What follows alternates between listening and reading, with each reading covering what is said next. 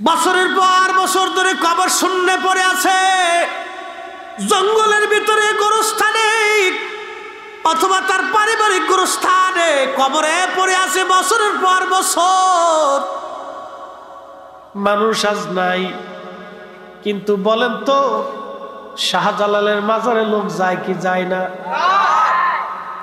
কি সাম্রাজ্য উমরা পাইল যে কিয়ামত আসার আগ দিন পর্যন্ত আল্লাহর ওলির মাজারে মুসলমান যতদিন থাকবে ততদিন হাজিরা দিবেই। কি কথা বলেন, ঠিক কিনা? এজন্যই ওলিদেরকে ভালোবাসি আমরা, মানে আপনার পছন্দ না হলে না হতে পারে। আমরা সাধারণত দুনিয়া পাওয়ার আশায় এখন যদি হঠাৎ করে বাংলাদেশের রাষ্ট্রপতি এই জায়গায় চলে আসে, তাহলে আপনারা সবাই চিন্তা করবেন হাই হাই রাষ্ট্রপতি আসছে, মুসাফা করার চেষ্টা করবেন, তার সাথে সম্পর্ক করার চেষ্টা করবেন যে রাষ্ট্রপতি আসছে, যদি কিছু বন্ধুত্ব হয় তাহলে সুযোগ সুবিধা পাইতে পারে। তো দুনিয়ার সুযোগ সুবিধার জন্য আপনি একজন রাষ্ট্রপতি, একজন নেতা, একজন পয়সাওয়ালা ধনাঢ্য ব্যক্তির সাথে সম্পর্ক করতে পারলেন, আর আখিরাতের মহাব্বতের জন্য আমি ওলির সাথে বন্ধুত্ব করতে পারবো না, এই বেলায় বেদাত আর শিরিকের ফতোয়া দেন, ও ছাতা মানার টাইম নাই। কথা বলেন, জোরে বলেন। আমি আখিরাতের মুক্তির জন্য কঠিন মেহেশরে আল্লাহর বন্ধুর সাথে আমার সম্পর্কের জন্য আমি ওলির সাথে সম্পর্ক করব না। আপনি এসে ফতোয়া দিয়ে বসলেন বেদাত শিরিক নাজাইজ, কোরআন হাদিসে নাই, বাস বলে দিলেন আপনি। যারা ফতোয়া দিচ্ছে তারাও দুনিয়ার মুখের জন্য কোটি কোটি টাকার মালিকের সাথে সম্পর্ক করে। শুধু করে না, তাদের অফিসে যায় ঘন্টার পর ঘন্টা বসে থাকে পয়সার জন্য। বেজার হয় না? আমি নিশ্চয়ই দেখাতো দুনিয়ার ঢাকা শহরে যারা বড় বড় পয়সাওয়ালা, অনেক বড় বড় ইন্ডাস্ট্রির মালিক, তাদের অফিসে যাইয়া এই হুজুররাই বসে থাকে দুটা পয়সার জন্য। দুনিয়ার একজন ধনাঢ্য ব্যক্তির সঙ্গে আপনি সম্পর্ক করলেন, এই বেলায় পারেন, আর আখিরাতের জন্য আমি ওলির সাথে সম্পর্ক করব না, এই বেলায় বেদাতের ফতোয়া দিয়ে দেন। তার মানে বোঝা গেল আপনার ভিতরেও শয়তানি আছে। আমি আগে বলছি বেজার হবেন, আমি যুক্তিকতা থেকে বলবো। যদি বলেন যে হুজুর যুক্তিকতা ভুল, তাহলে মানার দরকার নেই। খিজির আলাইহিস সালাম বলতেছে 500 বছর আগে যেটা শহর দেখছিলাম, 500 বছর পরে সেটা মরুভূমি হয়ে গেছে। মরুভূমির ভিতরে একজন লোক সে ঘোরাফেরা করতেছে। আমি তাকে সালাম দিয়ে বললাম, হে আল্লাহর বান্দা, এখানে মরুভূমি কবে হলো? তা বলতেছে, আপনি কোথা থেকে আসলেন? আমার বাবাও মরুভূমি দেখছে, আমার দাদাও মরুভূমি দেখছে, আমিও মরুভূমি দেখতেছি। এটা মরুভূমি ছিল। হযরত খিজির বলেন, খলিফা আমি আবার চলে গেলাম। 500 বছর পরে ওই রাস্তা দিয়ে আবার রওনা। দেখি ওই জায়গাটা বিরাট বড় জঙ্গল হয়ে গেছে। জঙ্গলে একজন কাঠুরিয়া কাঠ কাটে। একসাথে বলবেন সুবহানাল্লাহ। ওই রাস্তা দিয়ে 500 বছর পরে আবার রওনা। দেখি জঙ্গলে কাঠুরিয়া কাঠ কাটতেছে। জিজ্ঞেস করলাম, আল্লাহর বান্দা, এখানে না মরুভূমি ছিল? বলে, তুমি কোথা থেকে আসছো? আমার বাপে কাঠ কাটছে, আমার দাদায় কাঠ কাটছে, আমিও কাঠ কাটতেছি। আমার গোষ্ঠীর সবাই কাঠুরিয়া। জন্ম থেকে এখানে এই বাগে আমি বিরাট বড় জঙ্গল দেখতেছি। কোথা থেকে তুমি মরুভূমি পাইছো? শহরকে যিনি মরুভূমি বানান, মরুভূমিকে যিনি আবার জঙ্গল বানান, সে মালিকের নাম কি? আপনি মরে যাওয়ার পরে আপনার কবরে ঘাস পাতা জন্ম নেবে, জঙ্গল ফঙ্গল জন্ম হবে। বাপ 50 বছর পরে আপনার কথা কি মনে রাখবে না? শুধু আপনি কেন, আমার বেলায় বাস্তবতা থেকে বলতেছি। আপনারা দাদার কবরের পাশে কয়জনে ঠিক মতো যান বলেন তো? অনেকে আছে দাদার নাম ঠিক মতো কইতেও পারে না। মনে কিছু নিন, অনেক ছেলেদেরকে জিজ্ঞেস করুন তোর দাদার নাম কি, অনেকে কইতে পারে না। ওকে জিজ্ঞেস করেন তোর দাদার বাপের নাম কি, কোথা দিয়ে আমি কি করব? কি কথা কর না কেন? কোথা দিয়ে আমি করবো কি? সে মরে গেছে, কা চলে গেছে, ওর তার দিয়ে আমি কি করবো? তার মানে দাদার বাপের প্রতি তার কোনো ফিলিংস নেই। বাপের বাপ দাদার প্রতিও নেই, তেমন কোনো অভিপ্রায় তার নাই। বাপ পর্যন্ত সীমাবদ্ধ থাকে। যদি বাপ এই মানুষের মতো মানুষ বানায় যেতে পারে, তো এই কবরের পাশে দাঁড়া দাঁড়া কান দেয় আর দোয়া করে, আব্বা মরে গেছে। আর যদি অমানুষ তৈরি হয়, আর যদি বুকে হাত বান্ধা মুসলমান হয়, তাকে মরে গেছে, ও বাপের কবরের কাছে যে লাভ কি? ও দুয়াই মানে না। এই কথা কন না কেন? আমি কি খারাপ বলতেছি? আমি খারাপ বলতেছি না। সন্তান যদি অপদার্থ হয়, তাহলে বাপেরও খবর নেই না, মরে গেছে গা, বাপ মরে গেছে, মরে গেছে, এখন আমি কি করি? আর যদি লামাঝাবি হয়, আলে হাদিস হয়ে যায়, তো একবারে ফতোয়া দিয়ে বসবে, কোনো দোয়া টোয়া নেই, বাপ যা কবরে নিয়ে গেছে তাই পাবে, আমার দোয়ায় কাজ হবে না। ও নিজে নিজে নামাজ পড়ে চলে আসে, দোয়া খায়ের করে না। তার মানে এই সন্তান পালা চিতে কুত্তা পালা ভালো। আসতে কইলেন কে? জোরে গন। যদি বলেন যে হুজুর না খারাপ কইছেন, তাহলে আমি আর এই ওয়াজ করব। ওটা ভালো, সেটা কুত্তা পালা ভালো। কারণ সন্তানের পিছনে একটা বাবা মা যে পরিমাণে সময় দেয়, আল্লাহু আকবার, এটা কেউ দেয় না। যত রাত গভীরই হোক, যত রাত গভীরই হোক, ফজরের রক্তে আজান পড়ছে, ওজুটা করে এসে আগে বাচ্চা কাচ্চারা দেখতে যায়। দেখেন, আগে বাচ্চা কাচ্চারা দেখতে যায়, ওরা ঘুমাইছে কিনা, কি অবস্থায় আছে দেখে আসি, সোজা করি, ব্যাকা করি, তেরা করি, স্ত্রীর সাথে কথা বলি, ফ্যান জোরে চালাইছো না আস্তে চালাইছো, রাত্রে খাইছে কিনা, কি খাওয়াইছো, দেখে টেকে খোঁজ খবর নিয়ে বাচ্চাদেরকে দেখে তারপরে বিছনায় যায়। এরকম প্রত্যেকটা বাবাই তার সন্তানকে দেখা খোঁজ খবর নিয়ে তারপর ঘুমাইতে গেছে। 1-2 বছর না, কারো জীবনে 40 বছর গেছে, কারো জীবনে 30 বছর গেছে, কারো জীবনে 50 বছর চলতেছে। কি বাপ কথা কন, ঠিক কিনা? সন্তানের কাছে বাবা মা মরে যাওয়ার পরে কি জমি জমা চায়, টাকা পয়সা চায়, যে তোরা কামাই করবি রুজি করি আর টাকা পয়সা শোনা দেন আমার কবরের ভিতরে দিয়ে আসিস? তার চাই কি? দোয়া। তেই ছেলে মেয়ে যদি দোয়াই করতে না পারলো, আর যেই ছেলে দোয়াই মানে না, ও কুত্তা, ও মানুষ পালা সেটা কুত্তা পালা ভালো। আমার কথা আপনি বেজার হইতে পারেন, কিন্তু বাস্তবতা থেকে বলতেছি। এই জন্য আহলে সুন্নাত ওয়াল জামাতের কোনো বিকল্প নাই। কি কথা কন, ঠিক কিনা? আহলে সুন্নাত ওয়াল জামাতের কোনো বিকল্প নাই। আপনি দলে থাকবেন না, চলে যান, অসুবিধা নেই। আপনি থাকলেও এই জামাত থাকবে, না থাকলেও জামাত থাকবে। কারণ এই জামাত তৈরি করার জন্য একজন শাহজালালি যথেষ্ট। কবে কখন কোন সময় জন্ম নিবে, সারা পৃথিবী তছনছ করে দিবে, সারা বাংলাদেশ উলট পালট করে দিবে, আপনি নিজেও বুঝবেন। আল্লামা ইমাম জাওজি রাহমাতুল্লাহি আলাইহি উয়ুনুল হিকায়াতের মধ্যে একটা ঘটনা লেখেন। বনি ইসরাইলের জমানায়, অর্থাৎ তৎকালীন জমানার মিশরের বাদশাদেরকে ফেরাউন বলা হতো। আমাদের দেশের মোগল সাম্রাজ্য যারা ছিল তাদেরকে মোগল বাদশা বলা হতো। এর আগে বহু সাম্রাজ্য পৃথিবীতে ছিল, চলে গেছে, আবার আসছে। পৃথিবীর মধ্যে একটা সাম্রাজ্যের নাম আছে উমাইয়া সাম্রাজ্য, আর একটা সাম্রাজ্য আব্বাসীয়, এরপরে ফাতেমীয় সাম্রাজ্য, উসমানীয়, সেলজুক থেকে শুরু করে পৃথিবীতে বহু সাম্রাজ্য আসছে। বহু সাম্রাজ্য চলে গেছে, বহু সাম্রাজ্য ধ্বংস হয়ে গেছে। আজকে সাম্রাজ্যের বিরাট বড় বড় প্রাসাদের মধ্যে চামচিকে থাকে, বিরাট বড় বড় প্রাসাদের মধ্যে শিয়াল কুত্তা বসবাস করে, বিরাট বড় প্রাসাদের মধ্যে সাপ বিচ্ছু বসবাস করে, মানুষ ওইখানে থাকে না। কথা বলেন ঠিক কিনা? ওখানে মানুষ নেই। একবার আমাদের চোখের সামনে আপনি একটু দেখার চেষ্টা করেন, বোঝার চেষ্টা করেন। আজ থেকে 50 বছর আগেও এদেশে জমিদার ছিল,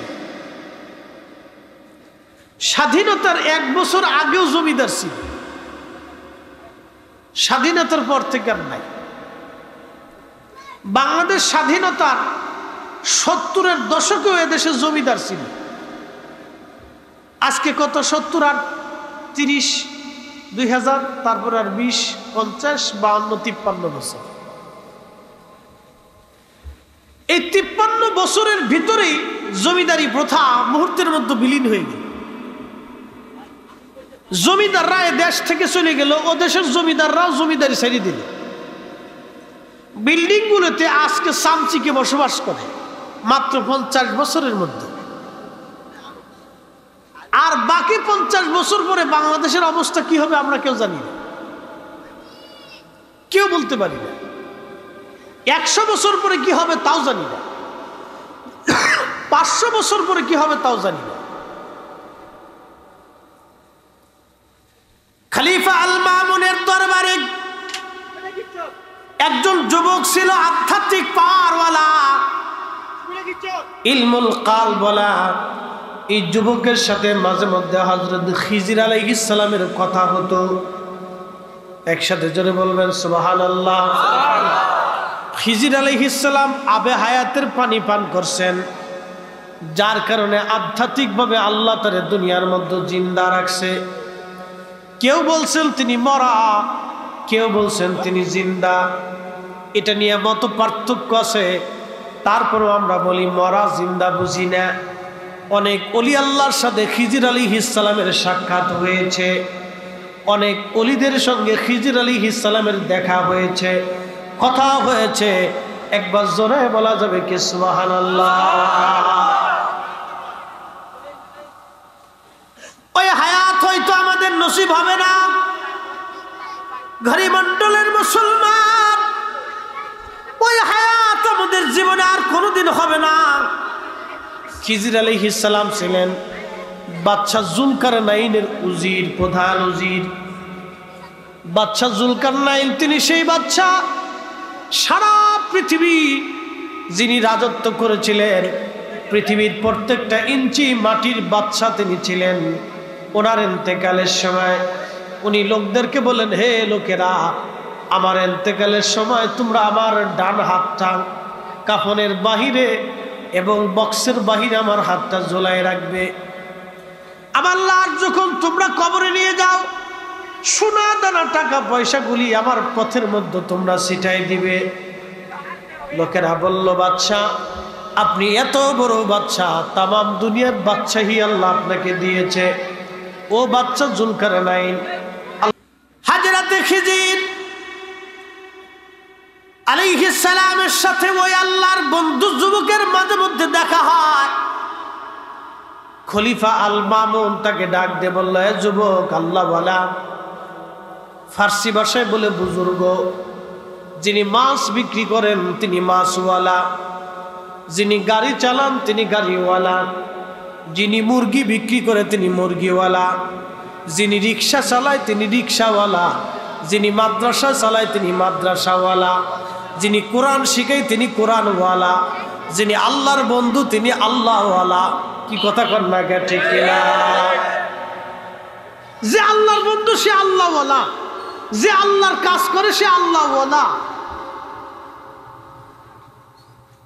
মুরগি নিয়ে যাচ্ছে মুরগিওয়ালা, তার মানে সে মুরগির ব্যবসা করে, এই জন্য মানুষ তার মুরগি ওয়ালা বলে।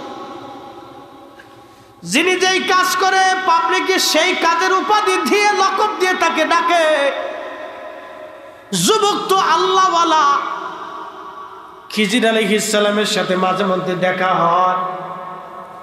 আল্লাহর ওলিকে খলিফা আল মামুন ডাক দিয়ে বলল, ও যুবক, তোমার সাথে তো খিজিরের সাক্ষাৎ হয়। বলে, হ্যাঁ বাদশাহ। তাহলে বলো খিজিরের সঙ্গে আমার সঙ্গে কথা বলাই দিবা। আল্লাহর ওলি খিজির আলাইহিস সালামের সঙ্গে আমার বিশেষ কথা আছে।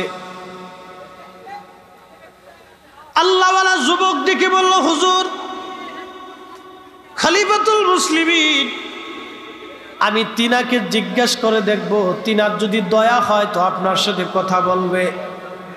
খিজির আলাইহিস সালামকে ওই আল্লাহওয়ালা যুবক ডাক দিয়ে বলল, হুজুর আপনি দয়া করে বলেন, বাদশাহ খলিফা আপনার সঙ্গে দেখা করতে চায়, কথা বলতে চায়। খিজির আলাইহিস সালাম বললেন, হ্যাঁ ঠিক আছে, তুমি বাদশাকে বলো, কালকে আমি বাদশার সঙ্গে কথা বলবো। বাদশা হুজুরকে সালাম দিলেন। আল্লাহর ওলি, কেউ বলেছেন ওলি, কেউ বলেছেন নবী। এটা নিয়েও পার্থক্য আছে, মতানৈক্য আছে, থাকতে পারে। কেউ বলছেন ওলি, কেউ বলছেন নবী। সে যাই হোক না কেন, অলিও হতে পারে, নবীও হতে পারে, খিজির আলাইহিস সালাম। কিন্তু খিজির আলাইহিস সালামকে আবে হায়াতের পানি আল্লাহ পান করাইছিলেন। হাজার হাজার বছর আল্লাহ তারে হায়াত দিয়েছিলেন। এত বড় লম্বা হায়াত মানব জাতির মধ্যে আল্লাহ কাউকে আর দেয় নাই। চিয়া দিছুত কে আমার দিছ? বাপরে বাপ। আচ্ছা ঠিক আছে। বান্দার কত কোয়ালিটির দিলওয়ালা আছে, মানুষের অন্তর কত কোয়ালিটির আছে, কত মনের মানুষ আছে, কত ধরনের মানুষ আল্লাহ সৃষ্টি করছেন সব পরীক্ষা করার জন্য। কোরআনের একে আল্লাহ বাস করছে, আল্লাযী খালাকাল মাউতা ওয়াল হায়াতা লিয়াবলুয়াকুম আইয়ুকুম আহসানু আমালা।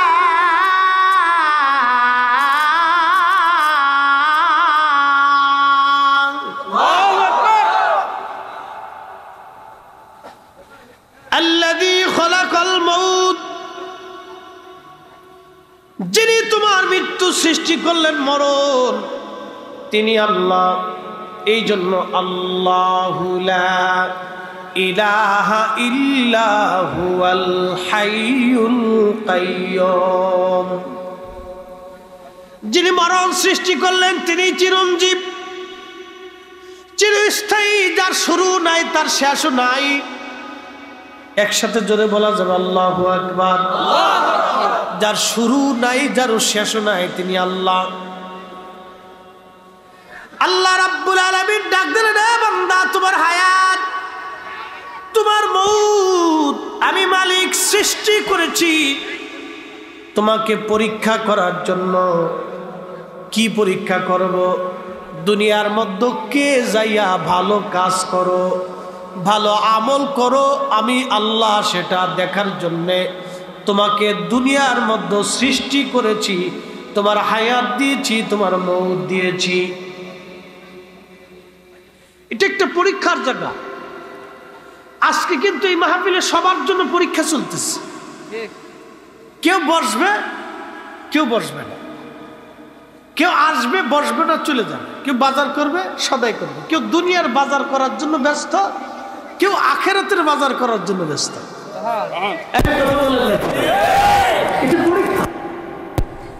পরীক্ষা, এটা পরীক্ষার জায়গা, এটা পরীক্ষা চলতেছে। এই মাহফিলটা পরীক্ষা। এই মাহফিলে কেউ পাস করবে, কেউ ফেল করবে। প্রিয় দুনিয়ার মুসলমান, শাহরাস্তিবাসী হযরত খিজির আলাইহিস সালাম বলেন, আপনি কি জানতে চান? খলিফা বললেন, খিজির, আপনার জীবনের আশ্চর্য দুটি ঘটনা কথা আপনি আমাকে জানান। আল্লাহর সৃষ্টির ভিতরে আশ্চর্য কিছু আপনি আমাকে জানান। খিজির আলাইহিস সালাম ডাক দিয়ে বলেন, খলিফা, আপনারা খেলাফতে আসার পরে, মসনদ পাওয়ার পরে মনে করেন এটাই দুনিয়া, আমার জন্য দুনিয়া বুঝি চিরস্থায়ী না গো খলিফা। আমি আল্লাহর সৃষ্টির মধ্যে আশ্চর্য একটা ঘটনা আমি আপনাকে শোনাই। বলেন হো খিজির, কি শোনাইতে চান? হযরত খিজির বললেন, খলিফা, আমি শুনাইতে চাচ্ছি আপনাকে। আমি একটা রাস্তা দিয়ে যাচ্ছিলাম, দেখলাম সুন্দর একটা নগরী, চমৎকার একটা শহর দেখা যায়। মনোযোগ দিয়ে, সুন্দর একটা নগরী, বিরাট বড় একটা শহর, বিরাট এই শহর দেখা যায়।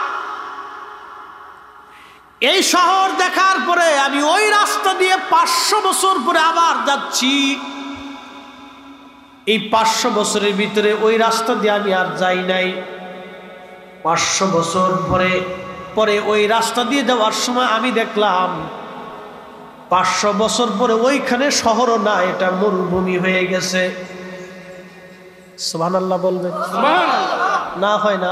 আরো জোরে চিৎকার মেরে বল। বলেন তো আল্লাহু আকবার। ঢাকা শহর কি 500 বছর আগে এরকম ছিল? ছিল না। কুমিল্লা শহর 500 বছর আগে আজকের মতো ছিল না। আবার 500 বছর পরে থাকবে কিনা কে জানে। কথা কোন ঠিক কিনা? এটাই সৃষ্টির পরিক্রমা। আমরা মাঝখানে পরীক্ষার জন্য আসছি। সামান্য দুনিয়ার ভিতরে এসে যে কত দাঙ্গামা হাঙ্গামা লাফালাফি পারাপারি করতেছি তার হিসাব নেই। কেউ এখন আবার এলেমের বড়াই, বিরাট বড় মুফতি সাহেব শাইখুল হাদিস, সে এসে ফতোয়া দিয়ে বসবে মিলাদুন নবী হারাম, বাস ফতোয়া দিয়ে বসে দিয়ে আপনারে খুব বেদাত সেদাত দিয়ে একবারে ব্যাখ্যা বিশ্লেষণ করে আপনাকে বুঝাচ্ছে এটা করা টরা যাবে না, বাস বুঝাই দিবে। খুব এলেমের গৌরব তার আইছে, বিরাট বড় মুফতি সব মানুষ তার কথা মেনে নেয়। আহা, কিন্তু আপনি জানেন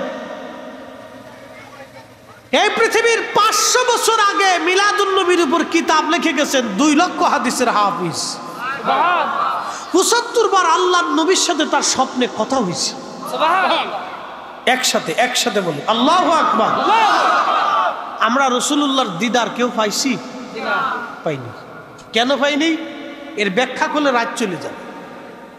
শুধু একটা কথা বলে যাবে, যে চোখ দিয়ে বেগানা নারীর সৌন্দর্য দেখা হয় এই চোখ দিয়ে নবী দেখা যায় না। এই কথাটা সারা জীবন মনে রাখবে।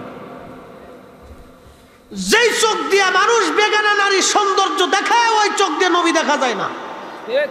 নবী দেখতে হলে ফ্রেশ চোখ লাগবে, ফ্রেশ ফ্রেশ পরিষ্কার। মোবাইল খুললে বেগানা নারী, ফেসবুকে ঢুকলে বেগানা নারী, আগে বেডি ডিল্লা একটা নাচ আসে তারপরে বাকিটা আসে। মোবাইল কোম্পানি কত চালাক, আমাদের দেশের যুবক আর মুসলমানের ইমান হরণ করার জন্য ওরা সর্বপ্রথমে নাচ গান আবিজাবি বেডা বেডি ল্যাংটা ল্যাংটি আগে দিয়ে দিচ্ছে। কি কথা খারাপ বলছি আমি? আমরা কেউ মুক্ত না এখান থেকে। মোবাইলে ঢুকলে ইউটিউবে ঢুকে খবর দেখতে গেলে আগে ল্যাংটা বেডির নাচ আসে, মাথায় কাজ করে না। কিন্তু এটি কি আসে কে? ওটা আইবই, কিছু করার নাই। ফেসবুকে ঢুকছি, ঢুকার লগে লগে যে বেডি একটা আইসে অ্যাডভার্টাইজ দিয়ে বাস 2 নাচ দিয়ে বলছি। এই জন্য রসুল দেখার জন্য যে চোখ প্রয়োজন এই চোখ আমাদের আজ হচ্ছে না।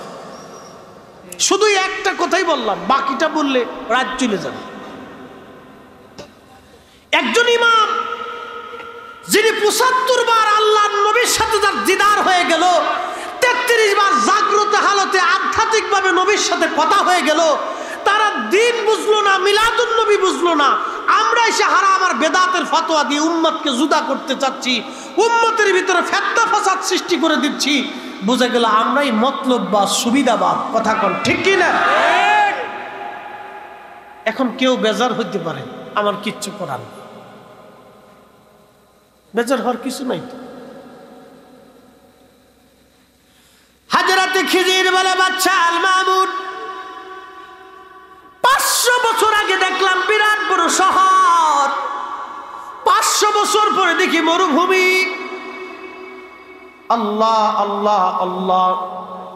কুলিল্লাহুম্মা মালিকাল মুলকি তুতিল মুলকা মান তাশাউ ওয়া তানজিউন তাশা। আহা, হযরতে খিজির আলাইহিস সালাম বললেন, বাচ্চা 500 বছর পরে দেখলাম এটা মরুভূমি হয়ে গেছে। এখন আপনাদেরকে একটা নিউজ দেই, নিউজটা শোনার পরে আপনাদের শরীরের লোম খাড়ায় যাবে। নিউজটা শোনার পরে আপনার চিন্তা মগজে চলে আসবে, অন্তরের কঠিন চিন্তা আপনার অন্তরে চলে আসবে। একটা নিউজ কি প্রতিবেদন বারে বারে চলতেছে, বাংলাদেশে 1 বছরের ভিতরে 1 মাসের ভিতরে ভূমিকম্প হয়েছে 14 বার। বাংলাদেশে 1 মাসে ভূমিকম্প 14 বার। কিসের সংকেত এটা? আজ থেকে বাংলাদেশে 1000 বছর আগে একটা ভূমিকম্প হয়েছিল। সেই ভূমিকম্পটা ছিল খুবই মারাত্মক। তখন বিল্ডিং ছিল না, যার কারণে মানুষ এত বুঝে নাই। এই ভূমিকম্পের পরে তারও 400 বছর পরে, আজ থেকে 400 বছর আগে আর একটা ভূমিকম্প হলো। এই ভূমিকম্পে বর্তমান যে আমাদের ওই যে সাগরের ভিতরে বঙ্গোপসাগরে একটা দ্বীপ আছে, দ্বীপের নাম কি? Saint Martin. এটা দেখার জন্য মানুষ যায় না? সেন্ট মার্টিনে বসবাস করে। এই সেন্ট মার্টিন ছিল সমুদ্রের ভিতরে নিচে। 400 বছর আগে ভূমিকম্পের কারণে সেন্ট মার্টিন সমুদ্র পরিভাগ থেকে 3 ফিট উপরে। সুবহানাল্লাহ বলবেন না? হয় না? আরো জোরে আওয়াজ না দিলে বুঝবো দুর্বল হয়ে গেছেন। বাদ মাগরিবে বসছি আমি, কিন্তু ওই রাত 3টে বসি নেই, বাদ মাগরিব। এখন আপনাদের শরীর স্ট্রং, মগজ স্ট্রং। এই সময় ওয়াজ সুন্দর হয়, শ্রোতাও বুঝতে পারে। একসাথে বলবেন আল্লাহু আকবার। আমরা সুন্নিদের অনেক ভুল আছে। আমরা প্রধান বক্তা উঠে রাত 1টার সময়। 1টার সময় প্রত্যেকটা মানুষের স্নায়ু দুর্বল হয়। কেউ জিম দেয়, কেউ কায়ত হয়, কেউ অনেকে দুঃখে পড়ে বসে থাকে যে মাহফিলতে চলে গেলে আল্লাহ বেজার হবে না। এই সময় প্রধান বক্তা এসে চিল্লে পাল্লা করে ওয়াজ করে, অনেকে বুঝে না, স্মরণে থাকে না। আর আমাদের বিপরীত যারা আছে তারা 11টার ভিতরে ওয়াজ সারি দিয়ে চলে যায়। দেখবেন সুন্দর করে বোঝাই সোজাই বাদ মাগরিব ওয়াজ করে, বাস করে দিয়ে চলে গেল, বোঝাই সোজাই দিয়ে চলে গেল, কারণ মগজে ধরাই দিয়ে গেছে। আর এই সময় আমাদের দেশের যত নারীরা আছে সবাই কিন্তু ঘরের ভিতরে সজাগ আছে, বাচ্চা কাচ্চা বড় সড়ো সব সজাগ। ওয়াজে না আসলেও ঘরে বসে শুনতেছে। বাংলাদেশের 400 বছর আগে একটা ভূমিকম্পে সেন্ট মার্টিন দিন ভেসে উঠলো। একসাথে বলবেন আল্লাহু আকবার। এই শক্তির মালিক কে? এছাড়া আর কেউ করে দিতে পারবে? অসম্ভব। আজকে যত আধুনিক বিজ্ঞান বলেন, যতই গবেষণা করেন, যতই গবেষণা বলেন, আমার মালিক আমার মাওলা সেন্ট মার্টিন দ্বীপটাকে একটা ভূমিকম্প দিয়া 3 ফিট পানির উপরে উচ্চতায় উঠাই দিলেন। খুব মনোযোগ দেন। সেই ভূমিকম্পের পরে বাংলাদেশের প্লেটের নিচে একটা ফাটল সৃষ্টি হয়েছে। এই বিরাট বড় ফাটল, এই ফাটলের কারণে ওই ফাটলের নিচে একটা শক্তি জমা হচ্ছে। আর 400 বছর ধরে যে কোনো সময় এই শক্তিটা বের হওয়ার জন্য চেষ্টা করবে, কিন্তু এই শক্তি বের হতে হলে ভূমিকম্প লাগবে। জমিন ফেটে শক্তি বের হয়ে আসবে। 400 বছর ধরে ভূমিকম্প হয় না, হয় না। ভূমিকম্পের উৎপত্তি হবে সিলেটের নিচ থেকে।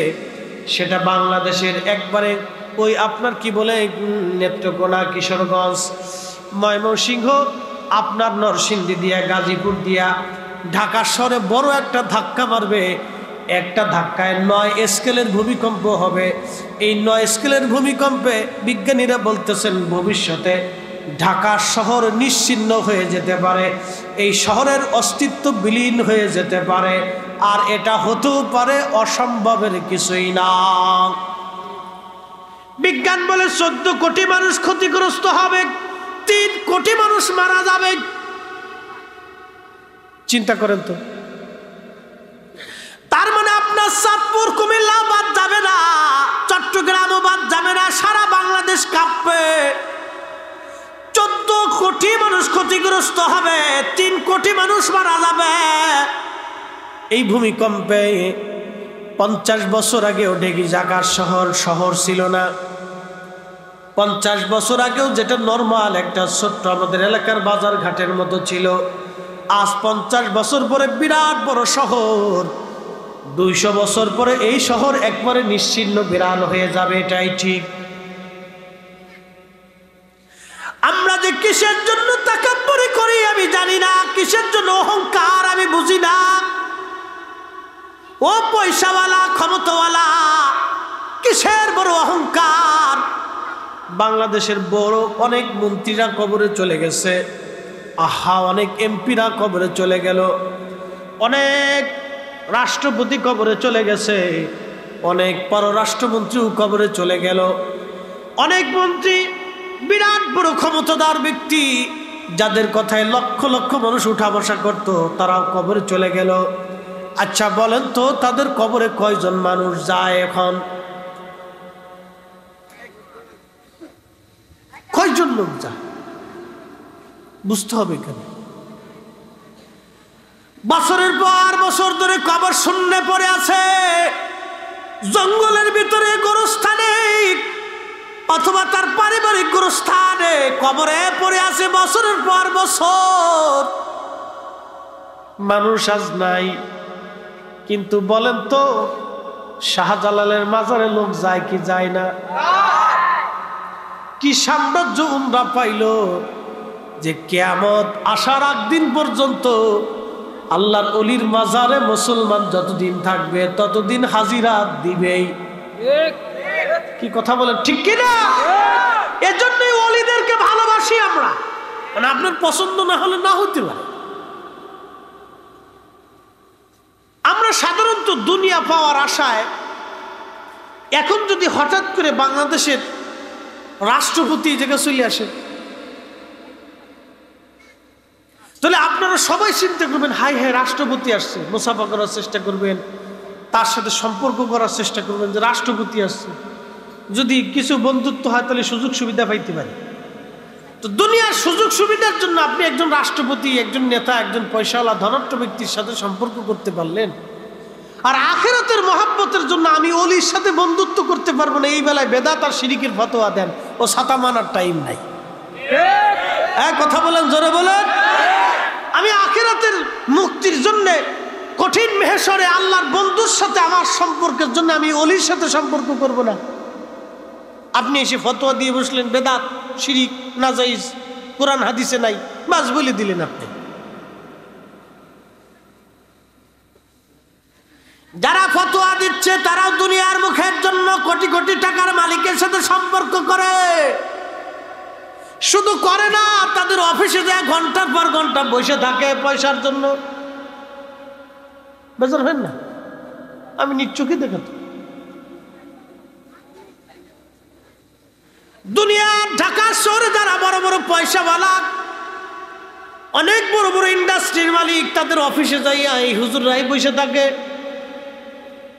দুটা পয়সার জন্য। দুনিয়ার একজন ধনাঢ্য ব্যক্তির সঙ্গে আপনি সম্পর্ক করলেন, এই বেলায় পারেন, আর আখিরাতের জন্য আমি ওলির সাথে সম্পর্ক করব না, এই বেলায় বেদাতের ফতোয়া দিয়ে দেন। তার মানে বোঝা গেল আপনার ভিতরেও শয়তানি আছে। আমি আগে বলছি বেজার হয়ে না, আমি যুক্তিকতা থেকে বলবো। যদি বলেন যে হুজুর যুক্তিকতা ভুল, তাহলে মানার দরকার নেই। খিজির আলাইহিস সালাম বলতেছে 500 বছর আগে যেটা শহর দেখছিলাম, 500 বছর পরে সেটা মরুভূমি হয়ে গেছে। মরুভূমির ভিতরে একজন লোক, সে ঘোরাফেরা করতেছে। আমি তাকে সালাম দিয়ে বললাম, হে আল্লাহর বান্দা, এখানে মরুভূমি কবে হলো? তা বলতেছে, আপনি কোথা থেকে আসলেন? আমার বাবাও মরুভূমি দেখছে, আমার দাদাও মরুভূমি দেখছে, আমিও মরুভূমি দেখতেছি। এটা মরুভূমি ছিল। হযরত খিজির বলেন, খলিফা আমি আবার চলে গেলাম। 500 বছর পরে ওই রাস্তা দিয়ে আবার রওনা। দেখি ওই জায়গাটা বিরাট বড় জঙ্গল হয়ে গেছে। জঙ্গলে একজন কাঠুরিয়া কাঠ কাটে। একসাথে বলবেন সুবহানাল্লাহ। ওই রাস্তা দিয়ে 500 বছর পরে আবার রওনা। দেখি জঙ্গলে কাঠুরিয়া কাঠ কাটতেছে। জিজ্ঞেস করলাম, আল্লাহর বান্দা, এখানে না মরুভূমি ছিল? বলে, তুমি কোথা থেকে আসছো? আমার বাপে কাঠ কাটছে, আমার দাদায় কাঠ কাটছে, আমিও কাঠ কাটতেছি। আমার গোষ্ঠীর সবাই কাঠুরিয়া। জন্ম থেকে এখানে এই বাগে আমি বিরাট বড় জঙ্গল দেখতেছি। কোথা থেকে তুমি মরুভূমি পাইছো?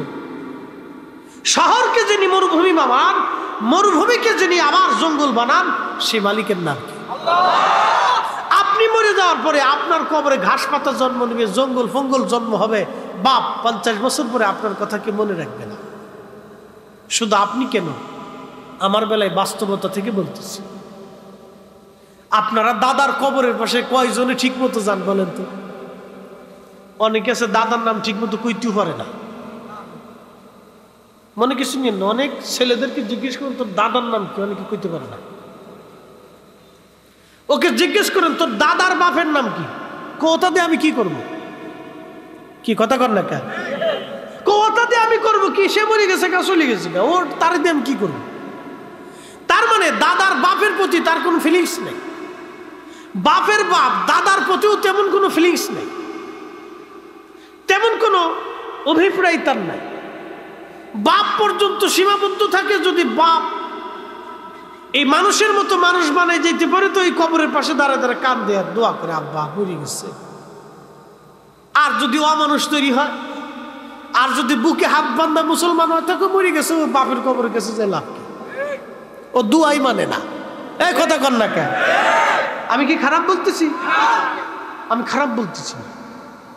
সন্তান যদি অপদার্থ হয় তাহলে বাপেরও খবর নেই না, মরে গেছে গা, বাপ মরে গেছে, মরে গেছে, এখন আমি কি করি?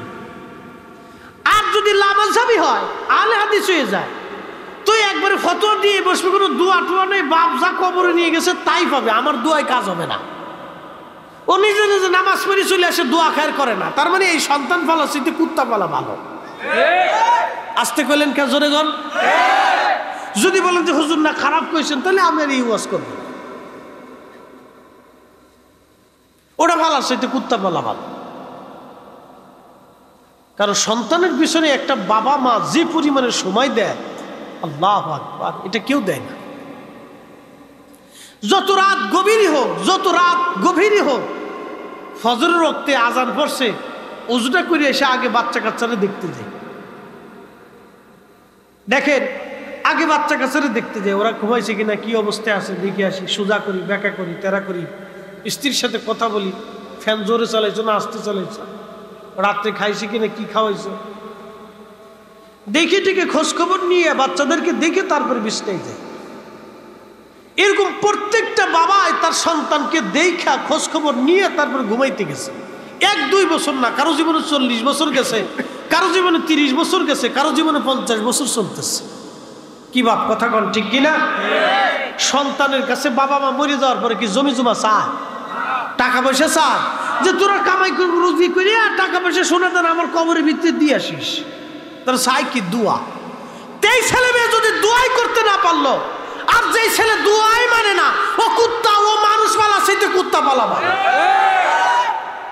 আমার কথা আপনি বেজার হইতে পারেন, কিন্তু বাস্তবতা থেকে বলতেছি। এই জন্য আহলে সুন্নাত ওয়াল জামাতের কোনো বিকল্প নাই। কি কথা কন ঠিক কিনা? আহলে সুন্নাত ওয়াল জামাতের কোনো বিকল্প নেই। আপনি দলে থাকবেন না, চলে যান, অসুবিধা নেই। আপনি থাকলেও এই জামাত থাকবে, না থাকলেও জামাত থাকবে। কেন এই জামাত তৈরি করার জন্য একজন শাহজালালি যথেষ্ট। কবে কখন কোন সময় জন্ম নিবে সারা পৃথিবী তছনছ করে দিবে, সারা বাংলাদেশ উলট পালট করে দিবে, আপনি নিজেও বুঝবেন। একজনই যথেষ্ট। প্রিয় মুসলমান, বাস্তবতা থেকে বলি, দুনিয়ার কোনো অহংকার আমাদের নাই, কোনো গরিমা আমাদের নাই।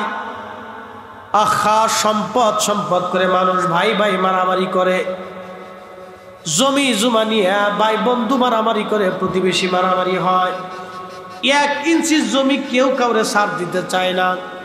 হায় হায় হায়, যে দুনিয়ার জন্য আপনি মারামারি ফাটাফাটি লাঠালাঠি করলেন, আপনাদেরকে বলতেছি শুনে জানো বাবা মুসলমান, এই দুনিয়া আপনার আপন না, এ দুনিয়া কারো আপন না, এ দুনিয়া কারো আপন না।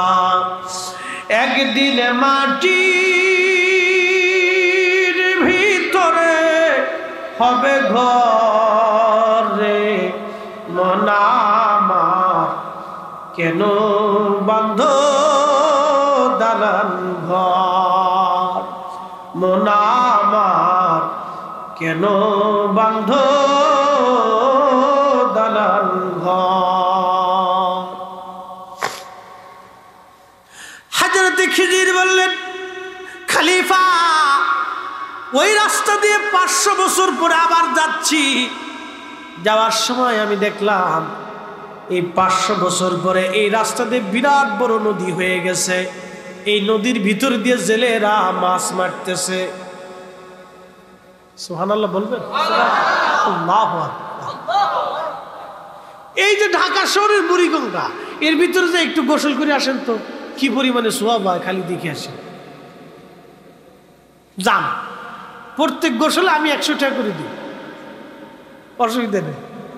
বুড়িগঙ্গার পানিতে আপনি গোসল করবেন, প্রত্যেক গোসলে আপনার 100 টাকা করে দিন, যান 500 টাকাই দিলা করে আসেন। কেউ করতে চাবেন না, সুস্থ মস্তিষ্কের কেউ চাবে না এই পানির ভিতরে গোসল করি, 500 টাকা যতই দিক কেউ করতে চাবেন না। কিন্তু 50 বছর আগে এই পানি দিয়ে মানুষ রান্না করছে। এই কি কথা কন না কে? 50 বছর আগে এই পানি দিয়ে রান্না হয়েছে। আমি মাত্র 50 বছরের কথা বলতেছি, 500 বছর আরো পরে, 500 বছরের হিসাব পরে, 30 বছর আগেও বৃষ্টি নামার পরে পুকুরের ভিতর থেকে, ওই শখের ভিতর থেকে, মাঠের ভিতর থেকে কই মাছ, শৈল মাছ, চ্যাং মাছ লাফালাফাই আইছে। কি কথা কন না? আজকে শৈল মাছ, কই মাছ, চ্যাং মাছ এগুলি দেখতে আপনার ওই মানে যদি ছেলেপেলেদেরকে বলে তো ওরা আসবে, কই দাদা পাগল হয়েছে, দাদাই কয় কি দাদা পাগল হয়ে গেছে না।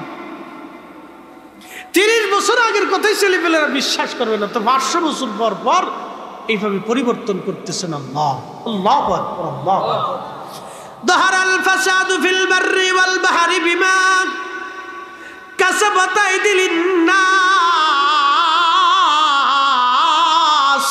আল্লাহু আকবার। আল্লাহর কোরআন বলতেছে জলস্থলে বিপদ আর মুসিবত এগুলি তোমাদের দুহাতের রুজি, আমি আল্লাহ তোমাদের উপর চাপাই দেই না, তোমরা চাপায় নেও, সেই জন্য আমি তোমাদেরকে চাপায় দেই। তোমরা রুজি করো, সেই জন্য আমি আল্লাহ দিয়ে দেই। আব্দুল্লাহ ইবনে মুবারক রাহমাতুল্লাহ আলাইহি অনেক বড় আলেম এবং জাহিদ ও আবিদ আল্লাহর ওলি ছিলেন। শুধু ওলি না বাজান, দুনিয়ার বড় বড় আলেমদের মধ্যে অন্যতম একজন আলেম। এমন কোনো কিতাব নাই যে কিতাবে আব্দুল্লাহ ইবনে মুবারকের নাম। তো বড় আলেম হযরত আব্দুল্লাহ ইবনে মুবারক বলেন, আমি একবার ওই যে কাবা শরীফের পাশে গেলাম কাবায় হজ করার জন্য। যাওয়ার পরে সারা মক্কায় দুর্ভিক্ষ লেগে গেল, বৃষ্টি অনাবৃষ্টি, বৃষ্টি নাই, বৃষ্টির অভাবে সারা এলাকা দুর্ভিক্ষ।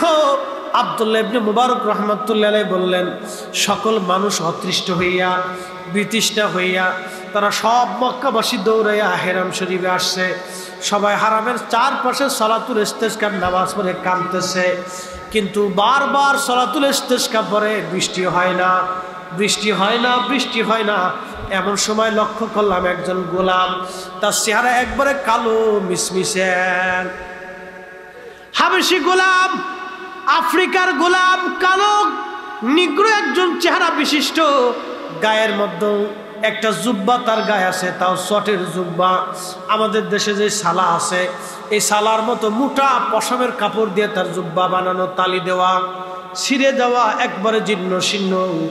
এই গোলামের গায়ের উপরে আরেকটা চাদর আছে, এই চাদরটাও সেই পশম দিয়ে বানানো, জীর্ণ শীর্ণ। এই গোলাম সবার আড়াল হইয়া এই কালো নিগ্র লোকটি সমস্ত মানুষ থেকে জুদা হইয়া আলাদা নির্জনে নিব্রতে এসে বসে বসে আল্লাহর দরবারে চাদর মোড়া দিয়ে কান দেয়, আল্লাহ আমাদের গুনার জন্য তুমি বৃষ্টি বন্ধ করে দিছ, যদি বৃষ্টি হয় তাহলে বুঝবেন আল্লাহ খুশি হয়ে গেছে।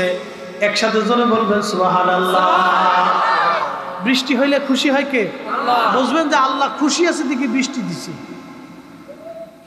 যদি আল্লাহ আপনার উপর খুশি হয় তো বুঝবেন মেয়ে দিছে। যদি আল্লাহ আপনার উপর খুশি হয় তো বুঝবেন অতিথি পাঠাইছে, মেহমান। বুঝতে পারছেন? এই কথা মনে রাখবেন। যদি আল্লাহ আপনার উপর খুশি হয় তাহলে বুঝবেন আপনার বাড়িতে মেহমান পাঠাইছে। মেহমান যাই নাই, আল্লাহর পক্ষ থেকে আপনার ঘরে রিজিক পাঠাইছে আল্লাহ। মেয়ের জন্ম হলে তো বুঝবেন আল্লাহর পক্ষ থেকে আল্লাহ রহমত পাঠাইছে। মারহাবা বলবেন? হ্যাঁ পাঠাইছে, এটি সত্য, রহমত পাঠাইছে। ও নবীর উম্মত, যদি বৃষ্টি হয় তো বুঝবেন আল্লাহ খুশি হয়ে গেছে। মক্কাতে বৃষ্টি নাই, খরা দুর্ভিক্ষ লেগে গেল সারা মক্কায়। কাবা ঘরের চারপাশে মুসলমানরা সলাতুল ইস্তেসকা পরে বৃষ্টি হয় না। বুঝেছেন? হারাম শরীফে কাবা ঘর ধরে মুসলমান ওজোর ধরে কাঁদতেছে, কিন্তু আল্লাহ বৃষ্টি দেয় না। অনেক দিন পার হয়েছে। আব্দুল্লাহ ইবনে মুবারক বললেন, আমার থেকে একটু দূরে বসিয়া এই লোকটা কাঁদতেছে, কিন্তু সে বুঝতে পারে না যে আমি শুনতেছি। তা আমি তার কথা শুনতেছি নীরবে নিভৃতে, সে মানুষ থেকে শূন্য হয়ে একটু দূরে বসে বসে কাঁদতেছে আর বলতেছে, আল্লাহ আমাদের গুনার জন্য তুমি বেজার হয়ে গেছো। আল্লাহ আল্লাহ তুমি যদি বেজার হও তো তোমার বান্দা কোথায় যাবে? রব্বুল আলামিন বৃষ্টির বড় দরকার, তোমার বান্দা ধ্বংস হয়ে যায়, আল্লাহ বৃষ্টি দাও, আল্লাহ তাড়াতাড়ি বৃষ্টি দাও, তাড়াতাড়ি বৃষ্টি দাও, তাড়াতাড়ি দাও, তাড়াতাড়ি দাও, এইভাবে কাঁদতেছে, আল্লাহ তাড়াতাড়ি দাও।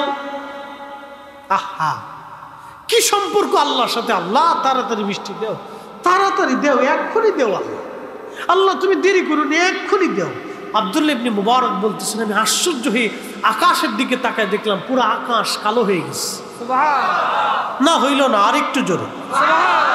পুরো আকাশ কালো হয়ে অঝোর দ্বারায় বৃষ্টি নামতে লাগলো। সুবহানাল্লাহ একসাথে বলবেন।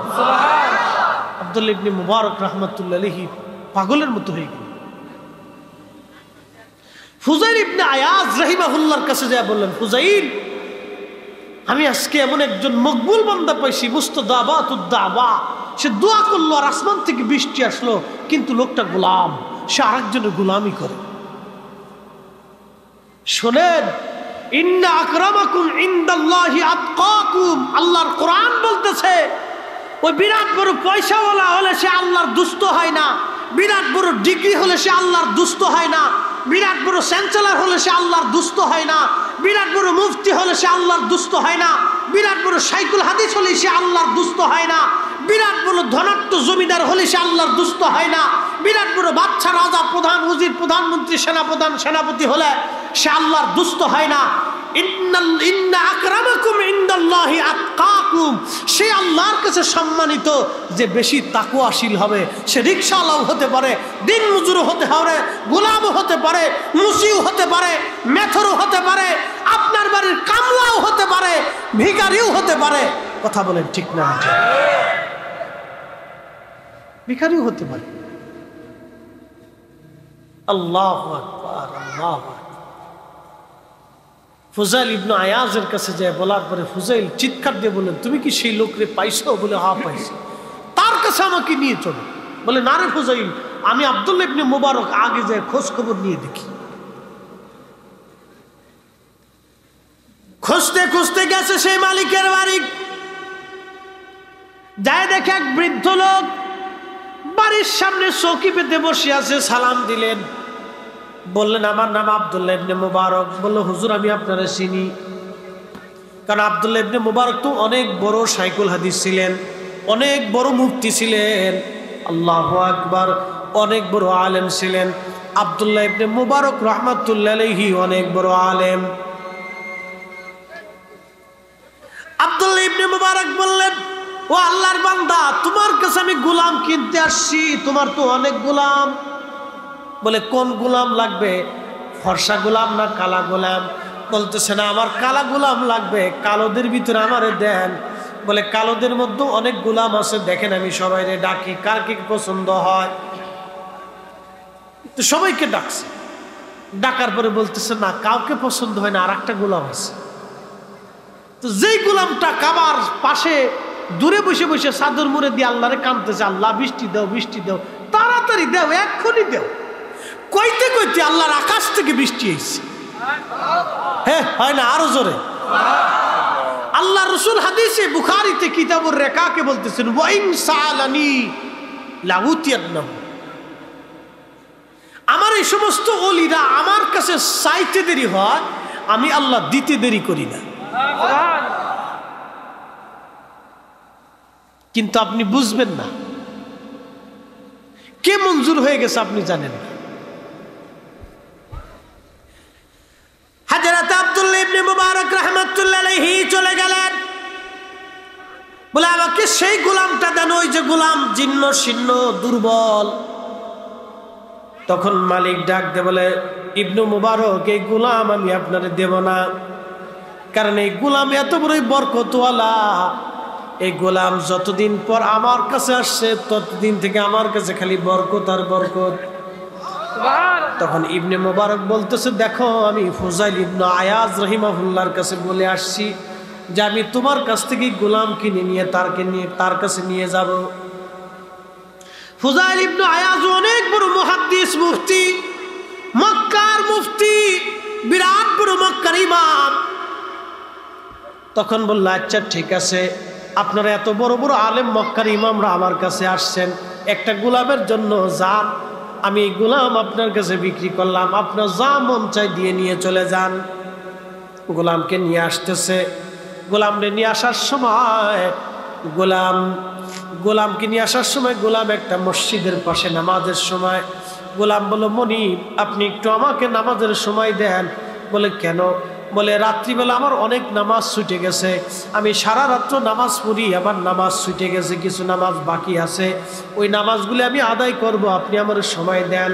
হযরত ইবনে মুবারক বললেন, গোলাম রে, তোমার যত সময় দরকার তুমি নিয়ে নাও, কারণ আমি ইচ্ছা করছি আমি তোমার বিবাহ দিব, তোমার একটা সংসার দিব, আর আমি নিজে তোমার খেদমত করব, কারণ আমি যে দৃশ্য তোমার দেখছি দুনিয়ার মানুষ জানে না তুমি আল্লাহর কাছে কত ইজ্জতওয়ালা, আল্লাহর কাছে তুমি কত দামি, এটা দুনিয়ার কেউ জানে না, আমি জেনে ফেলছি।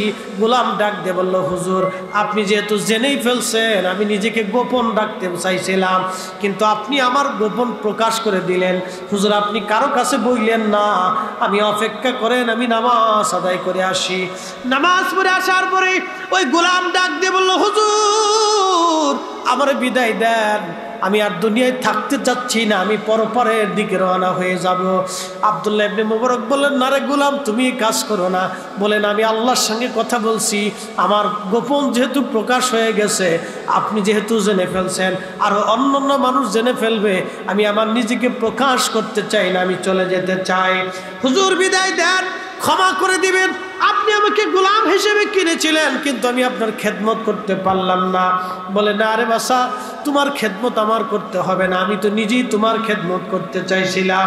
একবার জোরে বলা যাবে কি আল্লাহু আকবার? আল্লাহ ওয়ালাদের সাথে আল্লাহর কথা হয়, কথা কথা। কখন মৃত্যু আসবে বলে দিচ্ছে, হুজুর একটু পরে আমি চলে যাব আল্লাহর কাছে, আপনি আমাকে বিদায় দেন, ক্ষমা করে দেন। বলতেছে, না হে গোলাম তুমি কাজ করো না। বলে, না আল্লাহর সাথে কথা হয়ে গেছে, আল্লাহর সাথে আমার কথা হয়ে গেছে, কিছুক্ষণ পরে আমি আল্লাহর ডাকে চলে যাব। গোলাম শুয়ে পড়ল মসজিদের বারান্দায়, আল্লাহ জিকির করতে করতে সে চলে গেল। আপনি বুঝতেও পারবেন না যে কি আল্লাহর প্রিয় হয়ে গেছে। মুহতারাম উপস্থিতি, এই জন্য আল্লাহর কোরআন বলে, আলা ইন্না আউলিয়া আল্লাহি লা খাউফ, সাবধান। কত বড় সতর্ক, 12 নম্বর সিগন্যাল, সাবধান। আমার ওলি যারা, তাদের চিন্তা নাই। একসাথে বলবেন মারহাবা। হযরত শাহ সুফি সৈয়দ আব্দুল গনি শাহ ইয়ামানি সুদূর ইয়ামান থেকে জমিনে এসেছিলেন আল্লাহর দ্বীনের কালেমা প্রচার করার জন্য। আপনাদের বুলন্দ নসিব, একজন আল্লাহর ওলি আপনাদের মাটির নিচে ঘুমায়। সুবহানাল্লাহ বলবেন না? আরো জোরে না, একটু জোরে। এই আমার দিকে তাকান, একটু মনোযোগের সাথে। আপনাদের এলাকায় যদি সেনা প্রধানের বাড়ি থাকতো, তাহলে আপনাদের দেশের ছেলেরা বলতো, এই তুই জানিস আমাদের গ্রামে বাংলাদেশের সেনা প্রধানের বাড়ি। এটা গর্ব করে না? গর্ব করা লাগে না, এমনি আসে। পুলিশে রাস্তাঘাটে কখনো যদি পুলিশ ধরে তাহলে পরিচয় দেয়, আমার বাড়ি অমুক সারাস্তি ঘড়িমন্ডল, আমার ওই যে সেনাবাহিনীর যে প্রধান আছেন উনি আমার চাচা লাগে। চাচা যদি দূর সম্পর্কীয় হয় তারপরে বলে সে আমার চাচা, আমি তার গ্রামের মানুষ। তখন প্রশাসন চিন্তা করলে প্রধান সেনাপতির, সেনা প্রধানের এলাকার ছেলে, আচ্ছা ঠিক আছে যাও। দুনিয়ার একটা সাধারণ কাজে যদি প্রধান সেনাপতির কারণে যদি আপনার রুখসত হয়, ইয়ামান থেকে একজন আল্লাহর ওলি আপনার বাড়ির পাশে মাজার শরীফে ঘুমিয়ে আছে, তারে দিয়ে কি আমরা দেশের কবরওয়ালাদের কিছু উপকার হবে না? যদি মানে, এটা হলো যুক্তি দিয়ে বললাম, দলিল আমাদের কাছে অ্যাভেলেবেল, অভাব নাই, দলিলের অভাব নাই, শুধু আপনাকে যুক্তি দিয়ে বুঝাইবে। আপনার আত্মীয় যদি পুলিশ প্রধান হয় তাহলে আপনার মনে করেন যে বিরাট বড় পাওয়ার, যদি আপনার দুলাভাই পুলিশ প্রধান হয় তাহলে তো আরো বিরাট বড় পাওয়ারের শেষ নেই। দুলাভাই শালা সমুদ্রের আবদার তো বিরাট আবদার, দুলাভাই আত্মীয়। তো দুনিয়ার এক সাধারণ বিষয়ে যদি আপনার কলিজা এত বড় হয়, আরে যাদের সাথে আল্লাহর সম্পর্ক, যাদের সাথে আল্লাহর বন্ধুত্ব, তাদের সাথে আমাদের সম্পর্ক হলে তারা যে জমিনের মাটির নিচে ঘুমায় ওই এলাকার কবর ওয়ালারা খুশি হয় যে আল্লাহ আমার এই গ্রামে আমার এই কবরের পাশে তোমার একজন ওলি আছে, ও খাতির আমার মাফ করে দাও। এই কথা কর না কেন, ঠিক কি না? যদি আপনি বুঝেন, না বুঝলি তো ড্যাঙ্গেত পুলাপান দেশে বহুত আছে, ও বাপও মানে না মাউসি না। যে নিজের বাপরে সম্মান দেয় না সে কি শ্বশুরের সম্মান দিবে? আত্মীয়তা করলে বুঝে করবে।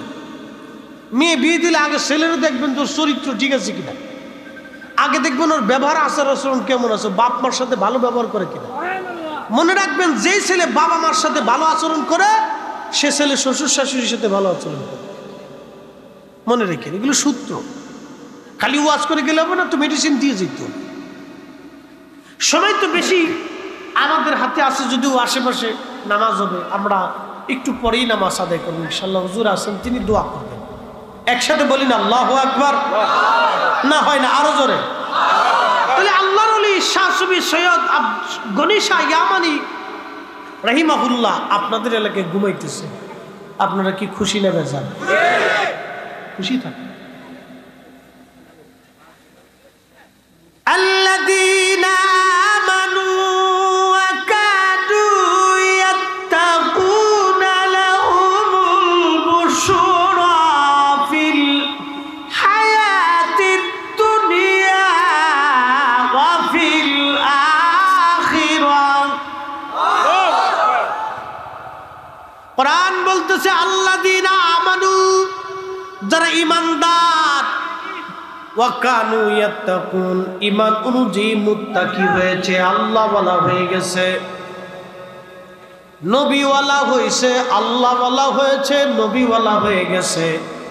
আল্লাহ কোরআন বলে লাহুমুল বুশরা ফিল হায়াতিদ দুনিয়া ওয়া ফিল আখিরাহ। তেলের গাড়ি তেলে চলে,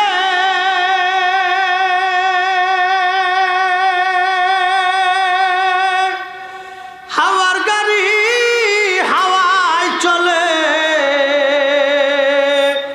বিনা তেলে চালায় গাড়ি নবী সুলাইমান। আমরা সেই মুসলমান, আমরা সেই মুসলমান।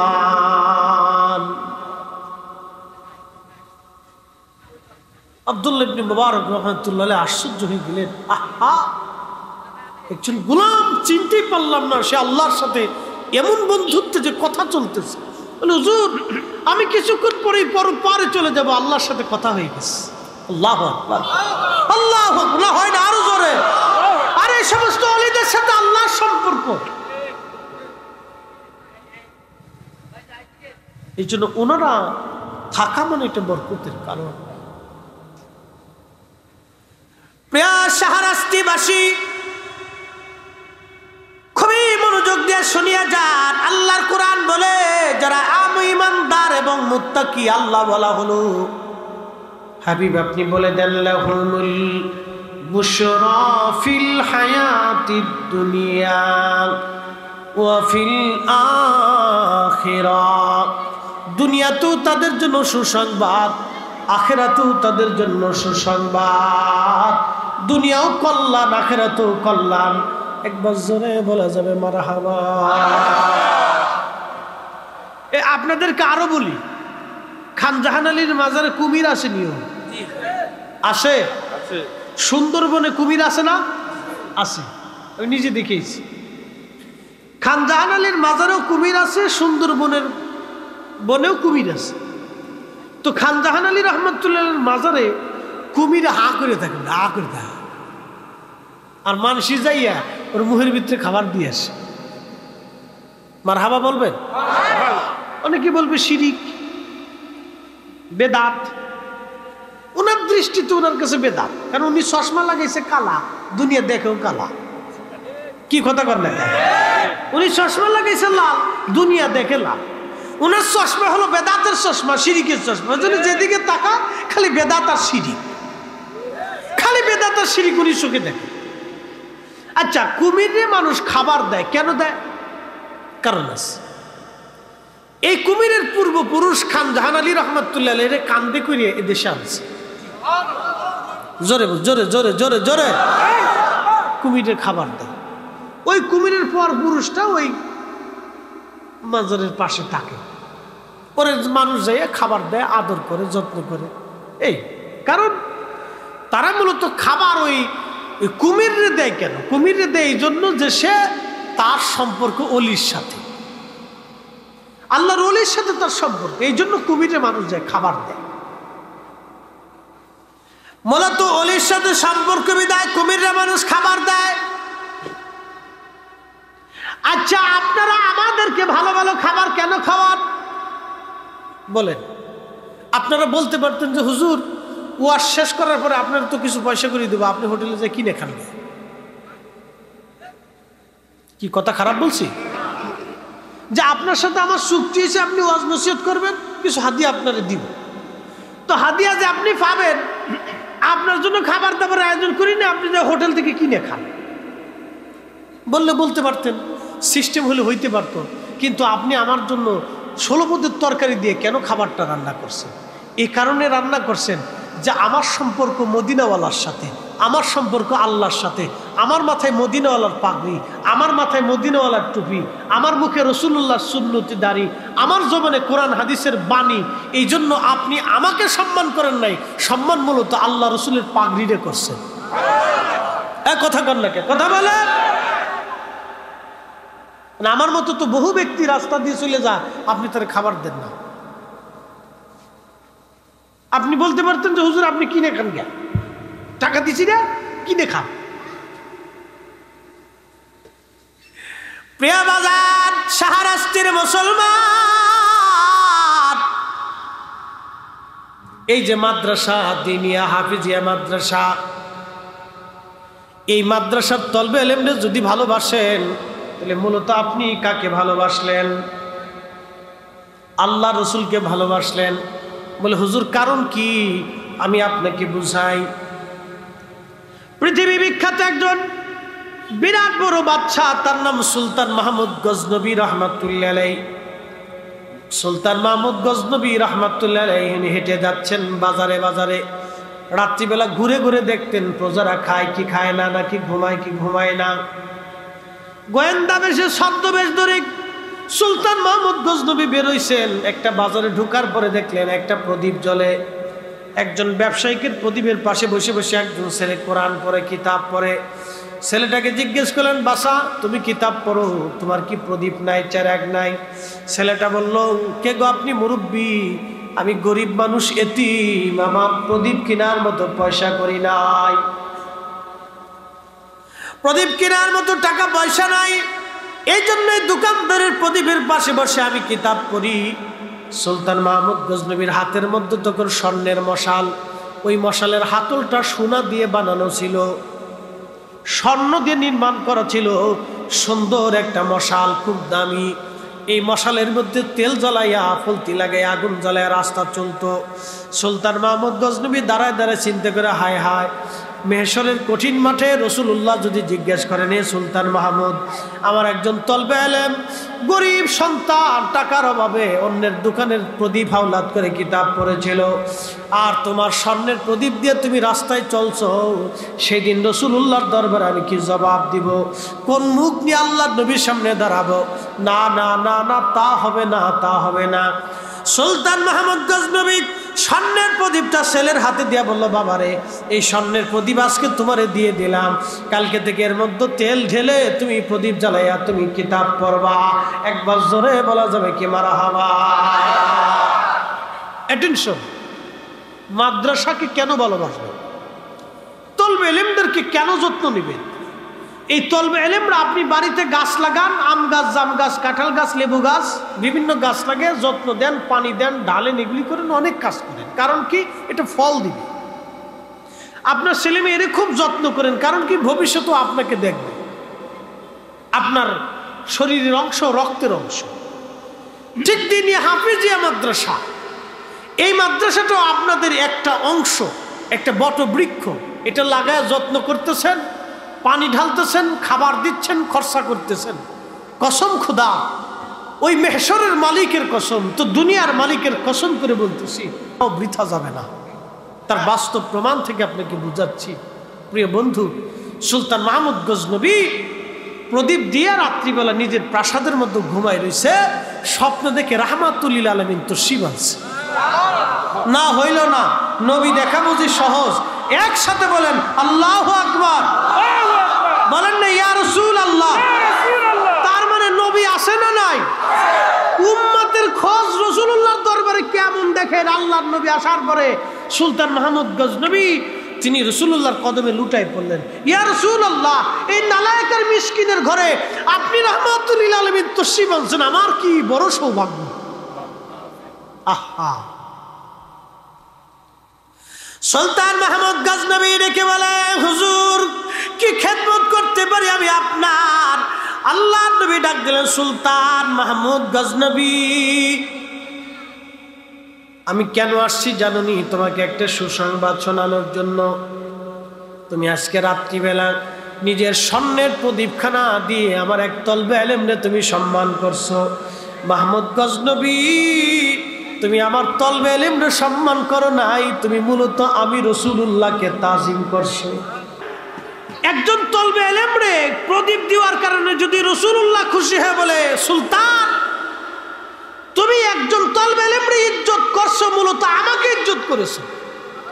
আর জোরে বলেন। আমরা যখন নবীর সম্মানে কিয়াম করি, দাঁড়াই, সম্মানটা কি রাষ্ট্রপতির না রাসূলুল্লাহ? সম্মান কি ইমাম সাহেবের না রাসূলুল্লাহ? আহা, ফতোয়া তো দিয়ে বসলেন হারাম। তো মেহেশর তো কায়েম হবে, রাসূল করিমের সামনে তো দাঁড়াইতে হবে। সেই দিন হিসাব আপনি দিবেন, অসুবিধা নেই, হিসাব দিয়ে সেই দিন হিসাব আপনি বসিয়ে দিবেন, অসুবিধা নেই। আমরা তো মূলত রাসূলুল্লাহর মহান ইজ্জতের দিকে তাকাই আমরা দাঁড়ায় যাই। এই কথা বলেন ঠিক কিনা? আমরা রাসূল করিমের মহান ইজ্জতের দিকে তাকাই আমরা দাঁড়াই, যে আমি সালাম দিব, তিনি মহা ইজ্জতওয়ালা। সৃষ্টিতে নবীর মতো ইজ্জতওয়ালা আর কেউ নাই। আছে? এই জোরে বলেন, আছে? কোন মা নবীর মতো সন্তান জন্ম দিতে পারছে? কোন মানুষ রাসূলুল্লাহর মতো ইজ্জতওয়ালা হতে পারছে? না ফেরেশতা, না জিন, না কোন সৃষ্টি আল্লাহ নবীর ইজ্জতের মতো ইজ্জতওয়ালা হতে পারছে? নবীর কদমের সমানও হয়নি। আল্লাহু আকবার। আমি বুঝলে ভালো, না বুঝলে কিছু করার। আল্লাহ রসুল বলে, সুলতান মাহমুদ, তুমি একতলবে ইলমকে একটা প্রদীপ, স্বর্ণের প্রদীপ তুমি দিয়া মূলত আমাকে ইজ্জত করছো, আমাকে সম্মান করছো। হ্যাঁ সুলতান মাহমুদ গজনবী, যাও, আমি রাসূল করিম তোমার জন্য দোয়া করে গেলাম, দুনিয়া এবং আখিরাতে আল্লাহ তোমাকে ইজ্জতওয়ালা বানাবে। না হয় না? আরো জোরে বলেন আল্লাহু আকবার, চিৎকার করে বলেন ইয়া রাসূলুল্লাহ। নবী আসেনি? নবী আসেনি?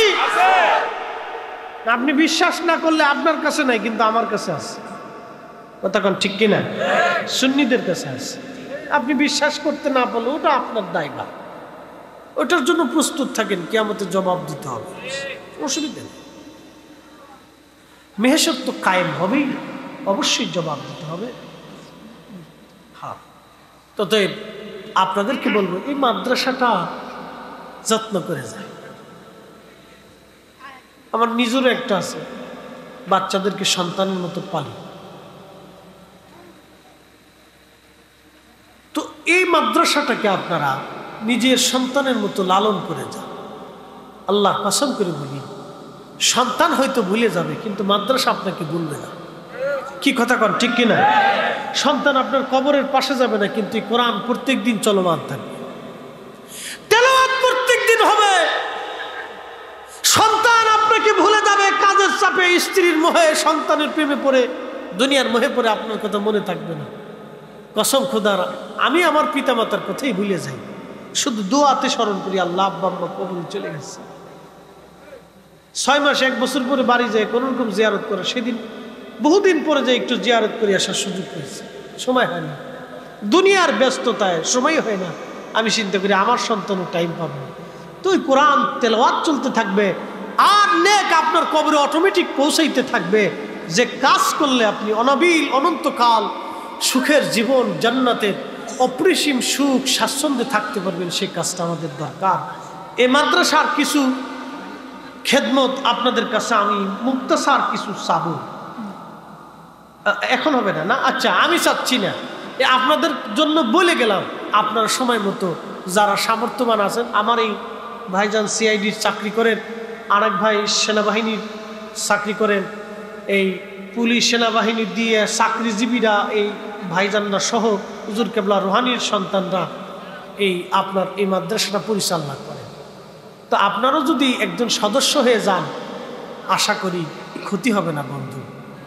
জীবন তো হেলায় হেলায় চলে যাচ্ছে, অল্প একটু সময় পৃথিবীতে, মাত্র 60 বছর 40 বছরের ছোট্ট জীবনে কিছু একটা করে যান। আপনার এই টাকা, একটা ছেলের দায়িত্ব আপনি নিয়ে নেন যে হুজুর মাসে 2000 টাকা আমি, অথবা 1500 টাকা আমি এই ছেলেটার জন্য। যদি কোনো এতিম দুস্থ আসে তো বলেন যে হুজুর এর পুরা দায়িত্বটা আমি নিলাম, ও যতদিন মাদ্রাসায় পড়বে ওর কাপড় চুপুর, টাকা পয়সা, সাবান সুদা, খাওয়া দাওয়া আমি দিয়ে দিই।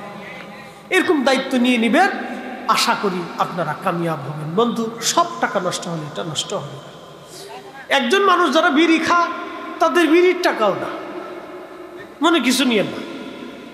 যারা সিগারেট খাইতে অভ্যস্ত, একটা সিগারেটের দাম 10 টাকা, প্রত্যেক দিন 5টা সিগারেট খাইলে 50 টাকা চলে যায়, মাসে 1500 টাকা শুধু সিগারেটের পিছনেই খরচ হয়।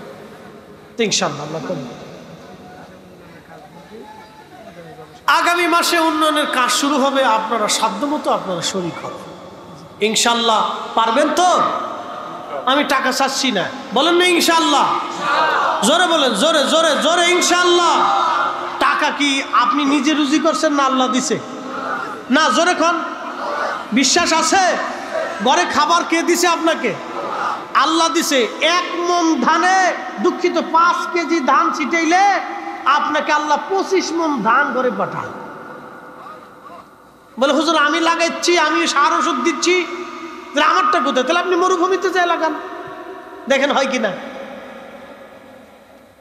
আল্লাহ আপনাকে দিচ্ছে 5 কেজি ধানে, যে আল্লাহ 25 মণ ধান পাঠাইতে পারে, তো মাদ্রাসার 1 টাকা দানে আল্লাহ আপনাকে 70 গুণ দিবে। এটাই সত্য কথা, এটাই হক কথা। যদি বিশ্বাস করেন তো পাবেন, বিশ্বাস না করলে ঘোড়া ছাতা কিচ্ছু পাবেন।